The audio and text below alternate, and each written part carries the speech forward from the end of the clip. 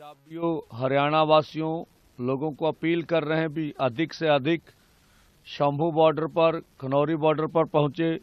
10 महीने पूरे हो रहे हैं हमारे आंदोलन पूरे देश भर में, किसान मनों के बीच पूरा बुलंदियों पे चल रहा है। अब केंद्र की मोदी सरकार, हरियाणा सरकार और सरकारों की जो एजेंसियां हैं वो पूरी तरह सरगर्म हो गई हैं और पंजाबियों के मनों में ये भ्रम फैलाने की कोशिश कर रहे हैं कि आंदोलन जीता नहीं जा सकता। यूनियंस में आपसी फूट का मुद्दा ज्यादा उभारा जा रहा है। इसी के साथ साथ जो हरियाणा के एक एमपी है रामचंद्रा, वो जो कुछ बोल रहे हैं कि जो आंदोलन था सिंघू बॉर्डर और टिकरी बॉर्डर और गाजीपुर और अन्य बॉर्डरों के ऊपर चला था, वो लोगों को भड़काने के लिए, एक देश में दंगे जैसी पोजीशन पैदा करने के लिए यह कह रहे हैं कि 700 बेटियां गायब हो गईं जब आंदोलन चल रहा था।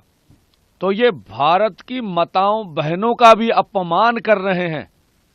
रामचंद्रा के ऊपर कार्रवाई होनी चाहिए जो समुदायों के बीच फूट डाल रहे हैं और इस तरह की बयानबाजी कर रहे हैं। जेपी नड्डा जी जो पार्टी अध्यक्ष हैं भाजपा के, हम उनसे अपील करेंगे इनको पार्टी से निकाला जाना चाहिए, 295 का पर्चा होना चाहिए, अन्यथा नहीं तो वो अपने बयान से माफी मांगे जो उलझुल बोल रहे हैं। और इसी के साथ साथ उन्होंने कहा हजारों फैक्ट्रियां बंद हो गई। इस तरह की भाषा वो इस्तेमाल कर रहे हैं और समुदायों के बीच में फूट डाल रहे हैं, ये उचित बयान नहीं है। तो हम पंजाबियों और हरियाणा वासियों को बोलना चाहेंगे, अगर 3 करोड़ पंजाबी, 2.5 करोड़ से ऊपर हरियाणा वासी इकट्ठे हो जाएं, जिस तरह से आप जान रहे हैं जगजीत सिंह डल्लेवाल जी का अमर अनशन 18वें दिन में दाखिल हो गया और लोग उठ रहे हैं, लोग आंदोलन के लिए तैयार हैं, जिससे भाजपा की सरकार चिंतित है। हम कहते हैं मोदी सरकार भारत के 140 करोड़ लोगों से बड़ी नहीं हो सकती।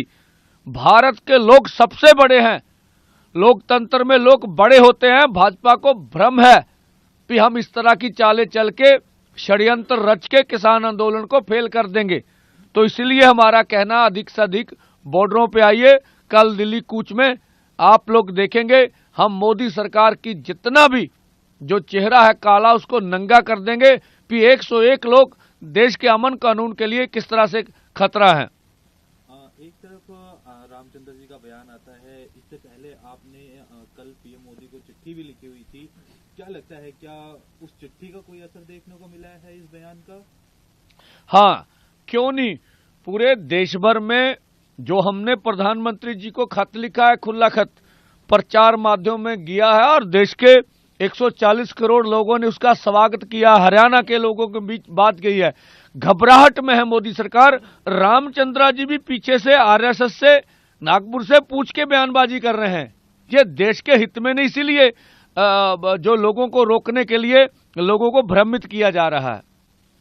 क्या लगता है कि हरियाणा सरकार इस बार जब जत्था जाएगा, कूच करेगा दिल्ली की तरफ, तो इस बार हरियाणा सरकार पुलिस को थोड़ी मतलब आपसी मतभेद जिस तरीके से चल रहे हैं उसमें कोई सहूलियत देखने को मिलेगी? हमें नहीं लगता है। अगर केंद्र सरकार उन्हें कहेगी अगर रास्ता खोलना हो तो 2 मिनट का निर्णय है, 101 लोग कोई भी देश के कानून के लिए खतरा नहीं हो सकते, लेकिन वो हमारे ऊपर जबर करेंगे और हम जबर का मुकाबला सब्र से करेंगे। 101 किसान अपनी जान की आहुति देने के लिए तैयार हैं।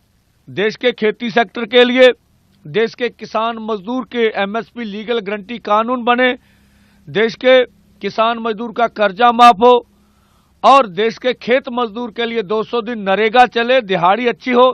इन सब मांगों की प्राप्ति के लिए जिस तरह का भी जुल्म हरियाणा सरकार केंद्र करेगा उसको सब्र से सहेंगे। केंद्र सरकार के साथ आप लोगों को दिल्ली कूच लगातार जारी है, तो इसके बदले आप लोग क्या दिल्ली के सीएम से कोई गुहार लगाना चाहते हैं कि आप लोगों को, उससे पहले एक बॉर्डर और है हरियाणा, क्या इन सीएम से भी कोई बातचीत करने की कोशिश करी आप लोगों ने? देखिए, प्राइम मिनिस्टर साहब को हमने चिट्ठी लिखी है। दिल्ली सरकार के साथ हमारा आंदोलन है, ना पंजाब सरकार के खिलाफ ना हरियाणा सरकार के खिलाफ आंदोलन है। हरियाणा का तो हम रास्ता ही मांगते हैं, भी रास्ता दे दीजिए, हम दिल्ली जाना चाहते हैं। इसलिए हरियाणा सरकार के साथ हमारा कोई भी झगड़ा है नहीं।